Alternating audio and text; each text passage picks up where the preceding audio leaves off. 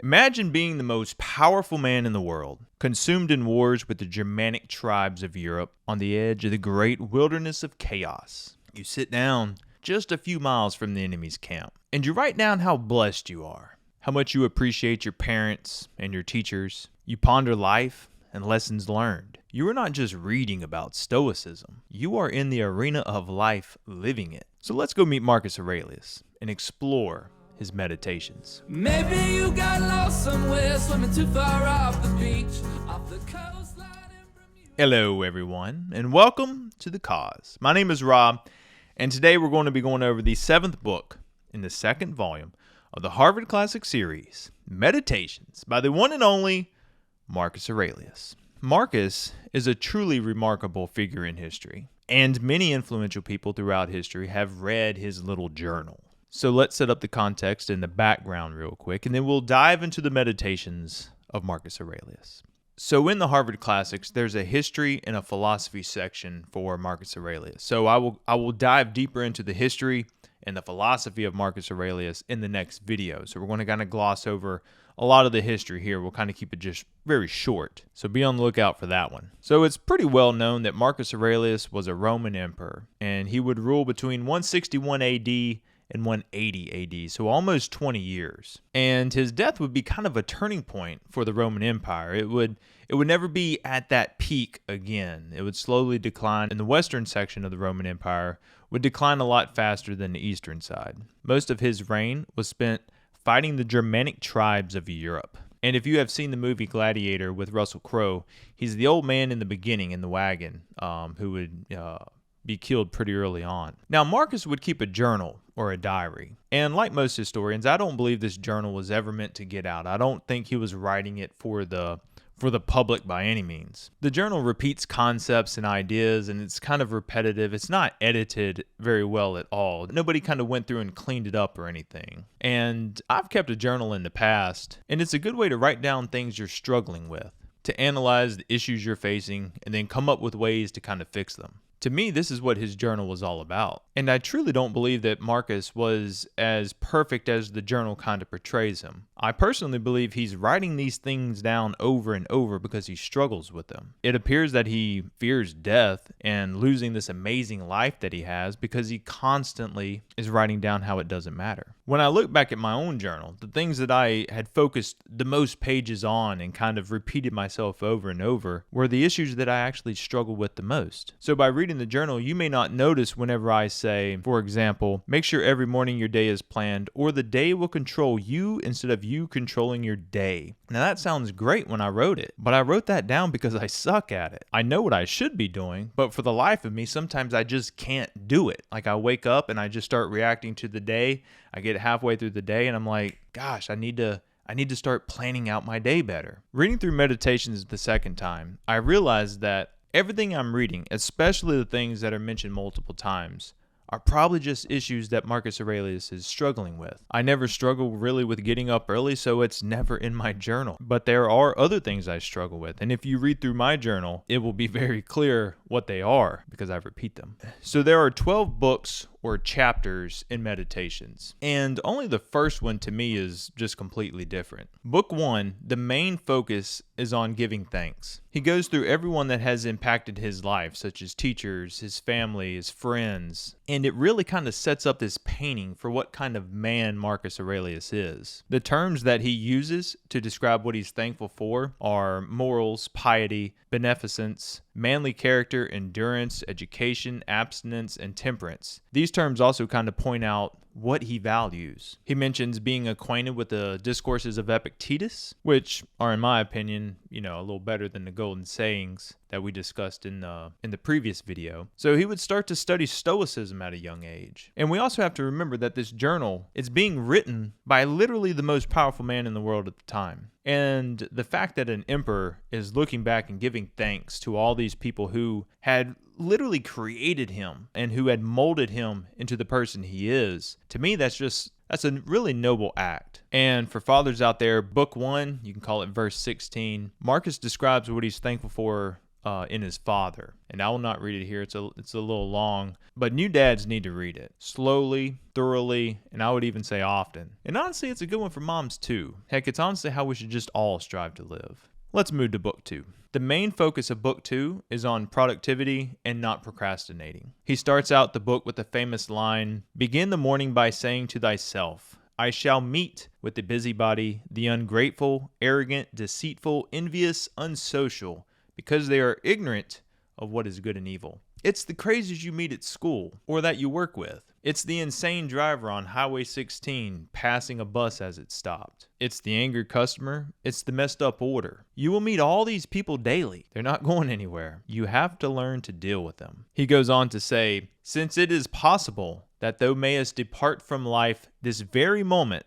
regulate every act and thought accordingly." We all know this. Someone you're close to dies and it hits you hard. And for a couple days, you realize how fragile life is. And then just a little bit later, you're back to going through the motions and wasting your time. He says here, you can't lose the past or the future. You only can lose the present. You have no more control of the past. Sure, you can learn from it. And what about the future? Or the success of the future? It hinges solely on what you are doing in the present. You technically own the present because you have free will. You can do whatever you want to do because the present is the same for all. The problem is we have to deal with the consequences and the results of our present actions in the future. So you have to act appropriately in the present. This book also contains the 5 violences of the soul, which I'll read them out to you real quick. I think they're pretty cool. The first violence is becoming an abscess or a tumor to the universe. Do not be a negative force in the world. 2 is when the soul turns away or does evil to another man. Be kind, considerate, and respectful. 3, when the soul does violence to itself through pleasure and pain. Overeating and drug abuse feel good in a moment, but in the end, it destroys the soul. Number 4, being insincere or dishonest and lying. Don't lie and strive to be humble. And number 5, when the soul moves through life aimlessly. Find a cause or a purpose for good and just stay focused. Let's move on to book 3. Book 3 focuses on accepting your lot in life and exploring who you are. And it also has some pretty good lines in it. One I like is, do not waste the remainder of thy life in thoughts about others. We have to really control what we think about and gatekeep what goes into our minds. He follows this with, a man should hold on to the opinion, not of all, but of those only who confessedly live according to nature. I like this because so many times we want the unjust people out there to like us. You still want to seem hip and cool around people that don't share the same values as you. Why do you try to fit in with people that you don't even respect? And I like to think, don't let the opinion of the player tell you how outdated your marriage is. So you got to be confident in what you believe and only respect the opinions of those who hold the same standard of living. Marcus says, a man then must stand erect, not be kept erect by others. If your standards are important to you, then you are responsible for keeping them at the level you set them at. It's not someone else's job. Book 4 contains a concept I wish they would teach more in schools. He says, for nowhere, either with more quiet or freedom from trouble, do a man retire than into his own soul. He says, and I affirm that tranquility is nothing else than the good ordering of the mind. Constantly then give thyself this retreat and renew thyself. It is everyone's duty to put their mind in order daily and to at least get it in good order weekly. It will help your happiness, your peace, your decision making, and your relationships. You have to take some time to find a place to do this. If you need to build it somewhere, do it, because the outcome of your future literally depends on how well you order your mind today. And I also can't express how important this concept is to your mental health. Take a second to sit down in silence and unpack all these boxes that need to be unpacked. Be honest, be patient, be thorough, and it can be glossed over very quickly, but I think this is the major concept of this entire book of Meditations. Marcus Aurelius, through the repetition of all these sayings, is just ordering his mind. This is all his meditations are. And sorry to beat a dead horse, I see so many people struggling with this. So take some time to understand yourself and repair your thoughts. All the relationships around you will benefit if you can just put your mind in a good order. Another good line is, how much trouble he avoids who does not look to see what his neighbor says or does or thinks, but only to what he does himself, that it may be just and pure. This made me think, and I don't mean to get a little political here, but this made me think of the Republican national debates here recently. When the moderator asked the entire group to raise their hands if they would support Trump if he got the nomination, immediately one hand went straight up, but the others, DeSantis, Haley, all started to kind of look around and see who was raising their hand. That one hand is spotted, and then gradually all the others start to raise their hand. And everybody on the stage is raising their hand after 5 seconds. That 5 seconds showed me more about the character, leadership, and confidence of everybody up there than the entire rest of the debate. He says, "Look not around at the depraved morals of others, but straight along the line without deviating from it." I love that.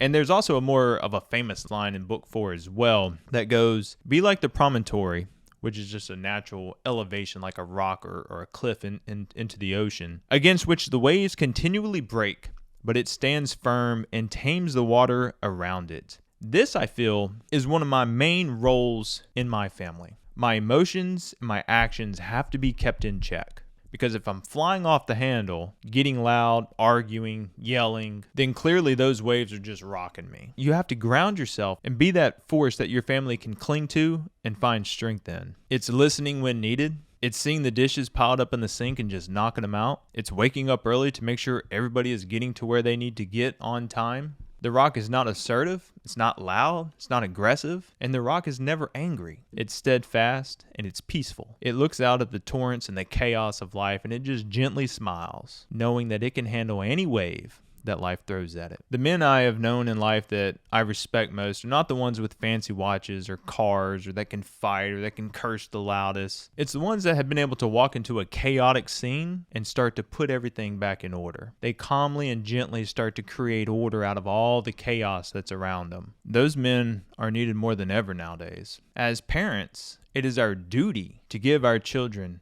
the tools and the resources needed to be that rock someday. Because honestly, nothing is better than both parents having the capability to be that rock when it's needed. Book 5 starts with struggling to get out of bed. Depending on where you're at in life, you will most likely go through a phase where you struggle to get out of bed. You may not be excited about the day, or you may not have duties yet that require your early attention. Marcus says it is our duty, it's everyone's duty, to go out and make order out of the day. I love that. Make things better. Improve your surroundings.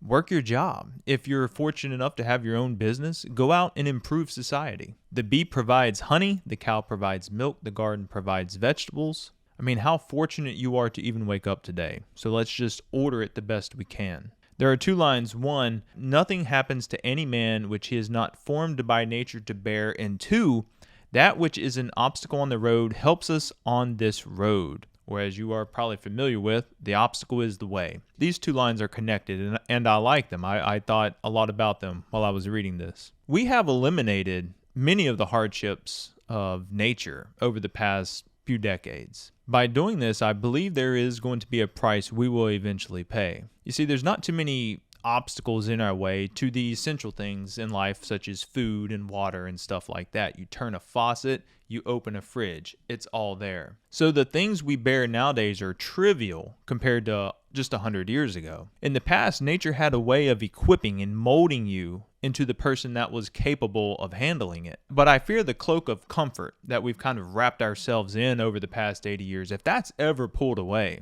I don't know if we're really capable of bearing what was considered the norm back then. Because honestly, nature hasn't really had a chance to mold us. And the big obstacles in life have all been kind of removed. Our roads nowadays are paved with yellow bricks, and they're kind of sprinkled with these first world trifles. And that's a rabbit hole I could go down. But let's go into book 6. Book 6 has a good line right in the beginning. The best way of avenging thyself is not to become like the wrongdoer. It has been in me to stoop down into the gutter and act stupid in the past. It's hard to take the high road, to walk away from angry words, and to not return a push with a punch, like that night in Virginia Beach with a good friend after some hefty libations. He says, accustom thyself to attend carefully to what is said by another, and as much as is possible be in the speaker's mind. I struggled with this when I was younger. I've gotten better, but even some days, if I'm, depending on the mood, I struggle to listen 100%. Giving someone 100% of your focus is hard, especially nowadays with all the distractions that we have. So it's definitely a good one to keep in my journal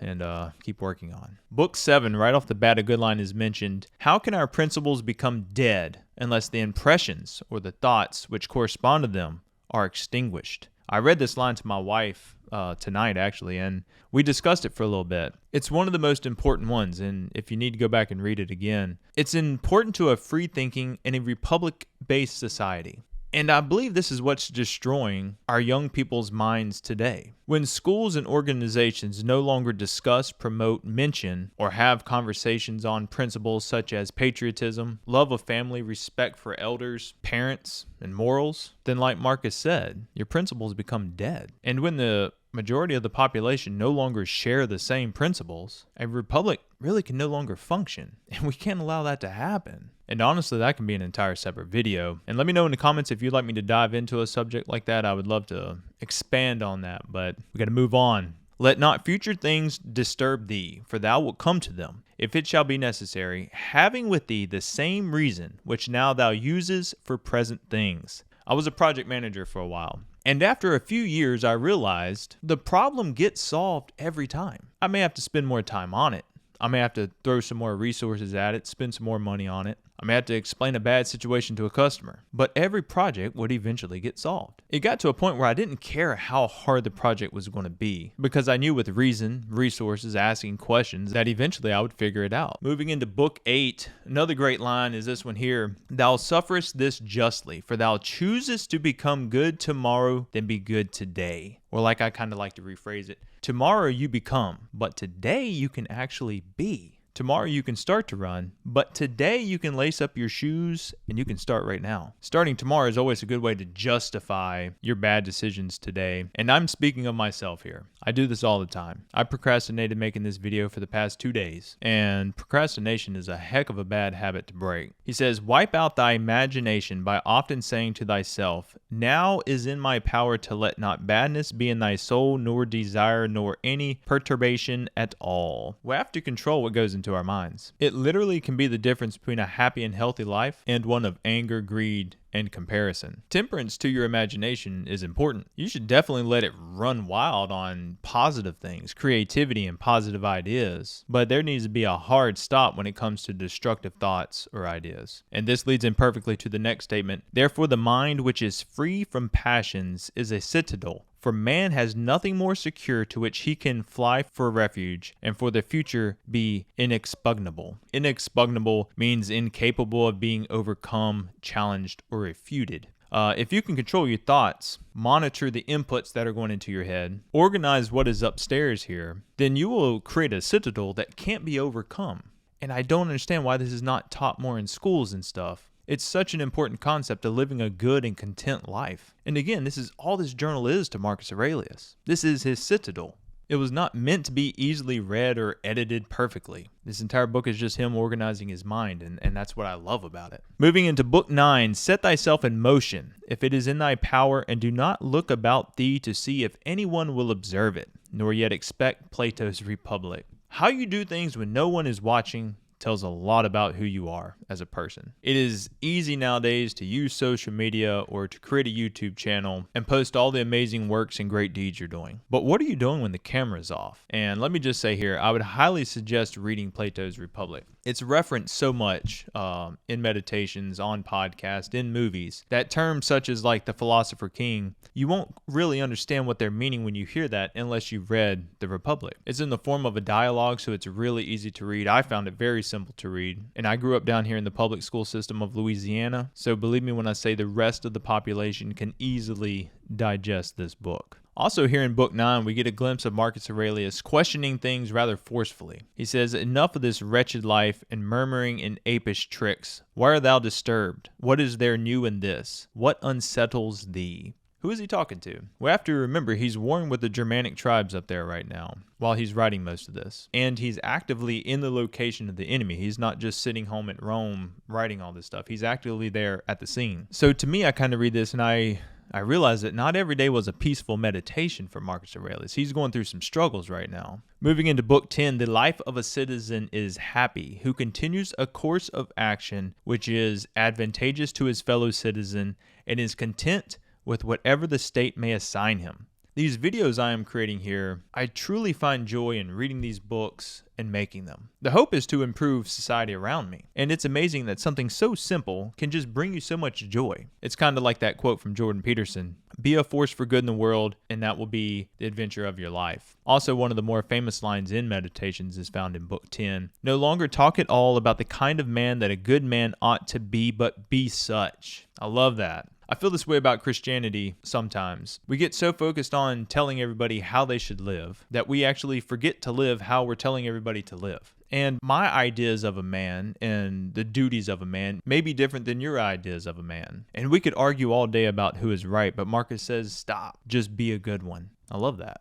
In Book 11, he continues the discussion on a man, that to be moved by passions is not manly, but that by mildness and gentleness, as they are more agreeable to the human nature, so also are they more manly. And he who possesses these qualities possesses strength, nerves, and courage, and not the man who is subject to fits of passion and discontent. Nothing is more unmanly than a man who can't control his temper and keep his anger in check. Calmness under stress, taking accountability, and being respectful, that's what I want to see in a man. It reminds me of that poem, If, by Rudyard Kipling. He says in it, if you can keep your head when all about you are losing theirs and blaming it on you. If you trust yourself when all men doubt you, but make allowance for their doubting too. And if you have young children, I'd highly encourage you to make it a point to have them memorize that poem. It's a great one. And honestly, memorize it yourself. You're never too young or old to commit good knowledge to memory. There are 9 rules included in Book 11, and it's about 2 pages long, so I won't go through them all. But they're really good to go over and, just kind of compare to how you're living, and if you need to adjust anything, so be it. Book 12, the last book, there's a line that I sat here and I thought about for a bit. He says, "How worthless everything is after which men violently strain." Such a good line to reflect on. Most of us have jobs to pay for a bunch of stuff we really don't care about and truly doesn't make us happy. But yet, every day we strain away in pursuit of these worthless things. Just makes you think sometimes. The 4th to last paragraph sums up Marcus Aurelius' thoughts, and it sums up Meditations in my opinion. He says, "How small a part of the boundless and unfathomable time is assigned to every man, for it is very soon swallowed up in the eternal, and how small a part of the whole substance, and how small a part of the universal soul, and on what a small clod of the whole earth thou creepest. Reflecting on all this, consider nothing to be great, except to act as nature leads thee, and to endure that which the common nature brings. You are all allotted only a small time on this earth, and that time is passing quickly. How little we are on this earth. Out of all the souls, you're just one. In that little piece of real estate that you live in, you won't touch foot on the vast majority of the earth. You're just a blip on the radar. Nothing truly matters in life except to live a life that is just and good and to be able to endure whatever the world throws at you." The end. That is the Meditations of Marcus Aurelius. I truly hope you enjoyed my ramblings on Meditations by Marcus Aurelius. It's a remarkable book. And it's not made to be read just once. And it does not have to be read all at one time. Pick a couple pages and digest them over a couple days, over a couple weeks. Pick a book or two and just digest them a little bit at a time. Maybe read through the whole book once a year. You're going to pick up something every year that's a little bit different as you grow. Reflect, apply, evaluate, repeat. If you enjoy these videos, please consider subscribing to my channel. This helps the videos get out, and I would love to grow this channel and have more people following along into the classics. It's so cool to hear from some of y'all in the comments as I see that some people have started to read these, through this set too, and then you're providing your feedback, and I've learned a ton from some of you down there, and I really appreciate that. It's opened my eyes to a deeper learning of these classics, and I truly appreciate that. And if you enjoy coffee just as much as you enjoy reading, then I would highly suggest you go down into the link in the description and check out my coffee. I roast it, I source it, I package it, everything, and then I ship it out to you with love. So the link to my website is in the description below. You can use the code, the cause, all lowercase, for a 15% discount on your first order. With that being said, I love y'all. Stay blessed. Drink some amazing coffee. Read some amazing books. And I'll see you next week. I was Love y'all. making lots of noise, busking on the city streets. I came back from Brooklyn, but you didn't come back for me.